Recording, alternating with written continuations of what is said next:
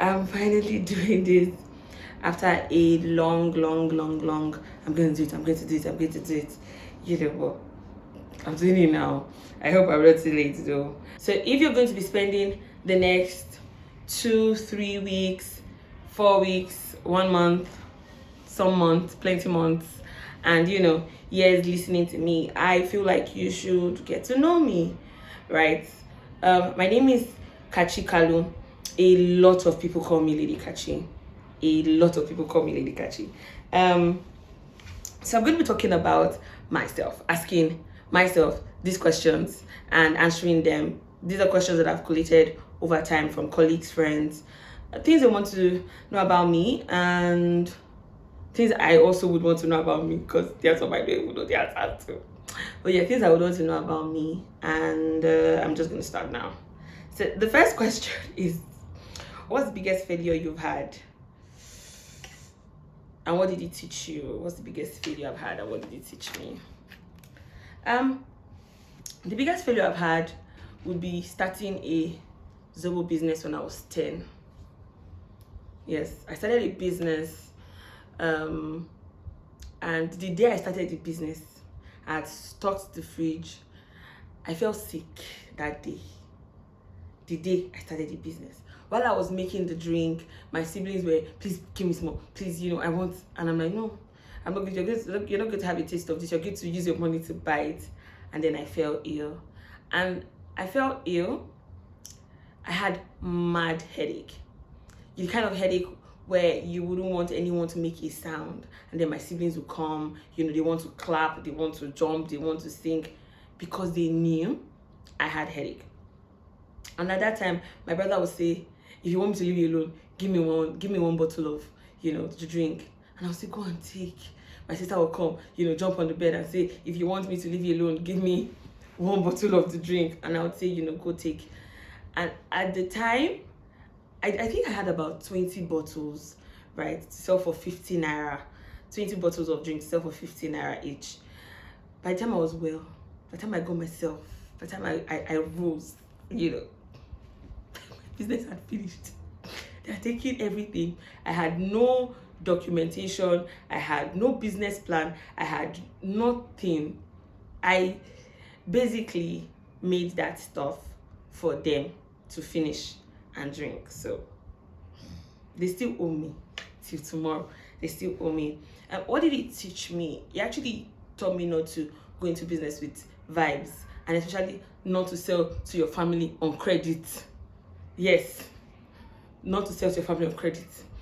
It actually taught me not to just go into a business without a plan, without target audience, because target audience, I was wondering who would have actually got it, because it would have still been my siblings to buy it, But yeah, don't go into business without a plan. The next question, if someone only knew one thing about you, what should it be?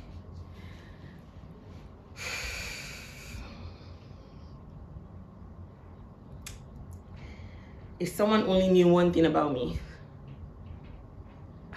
the Nigerian answer, that I'm a child of God. Yes, that I'm a child of God. That's something I think you should know about me. The next question. Why Lilac Africa? So, for those that don't know, Lilac Africa is an initiative to help women get into tech. It's a community, it's an institute, it's a family of tech women. We help these women with, bridging the gap, the huge tech gap, teaching them skills around engineering, design, marketing, business leadership, tech business leadership. So these are things we do in Lilac. So why Lilac? I think the answer would revolve around purpose, right? It would revolve around purpose, and not just purpose for myself. It would be purpose for the woman beside me, the woman in front of me, the woman behind me. Over time, I see women in tech just belittle themselves, or women that are not yet in tech, that do not think that their brains are capable enough to, take the knowledge. So Lilac Africa came up to bridge that gap, to say, oh, you don't even have to learn alone. You can learn with a community. You don't have to get these resources alone. You don't have to look for resources we're here for you, and this accessible, and you don't just learn how to design or how to code, you learn how to build products, and you don't learn alone. That's the most important thing. You don't learn alone, you learn with your family, you learn with the community. So for me, Lilac Africa is just a bridge, helping people find purpose, helping women find purpose, purpose in career, purpose in business, purpose in tech, purpose in leadership. That's why Lilac Africa is here. The next question will be, what's a struggle you're still working through right now? My facial expression. If you are saying something stupid, you don't need to hear a reply from me. You will see that you're saying something stupid from a face, right? If you say something very, enlightening, intelligent, like, oh, okay. If you're saying something like, my facial expression just tells me out. And I'm still learning how to, keep that straight face, so that when somebody says something that's very stupid, my face is just still going to be intact. I'm still trying, but Lord is my strength. It's been a struggle all my life. So don't come around me because there's something stupid, because you're gonna see it on my face. What's a win you're most proud of? It would be having friends. Yes. It would be having friends. I always thought, growing up, I always thought I could do it alone. I grew up not understanding the importance of friendship because I thought I was self-sufficient. And as at 2023, I intentionally wanted to make good friends. And that's something I am so proud of, that I have amazing friends right now. Like, I'm sure they will like, share, subscribe, buy me coffee, when they see this video. But I have amazing friends, and they have been, a shoulder to lean on, to cry on, to jump on, to, do everything on. They've been amazing. So that's my biggest win. I would also say that, would that be my biggest win for 2025?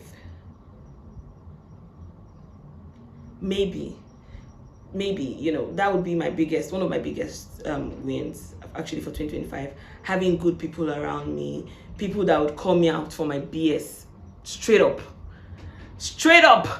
call me out for my BS. And then when I've done something amazing that I actually want to be little, they blow the trumpet, say, oh no, you've done something amazing, I think you're worth celebrating, or that particular thing is worth celebrating. Yes. Next question. What's a small silly thing that instantly makes your day better? It will be trolling and teasing Bolutife Awako. I do it effortlessly. It makes my day better. That I would wake up and know that there's someone I can troll, I can bully, I can, and then she receives everything with love. I can call her up and say, I just know how to get on that side. And then the only thing she knows is, get out. Why did you call me? Is this why you called me? It's nice when I'm able to have her pay my bills, throw her, And one other beautiful thing about this show is we're actually building a business together. We have a business together. So she cannot go anywhere. She can't leave. But I need to get her. We're going to stay here. And we just started. So you want to jump bus? We can't jump bus. So we'll take this flight together. That's something I think I like. The next one is, if your life had a warning label, what would it be? If my life had a warning label, it would be highly inflammable. If my life had a warning label, it would be highly inflammable. Keep off. Don't come close. Shift. If you come close, if you touch it,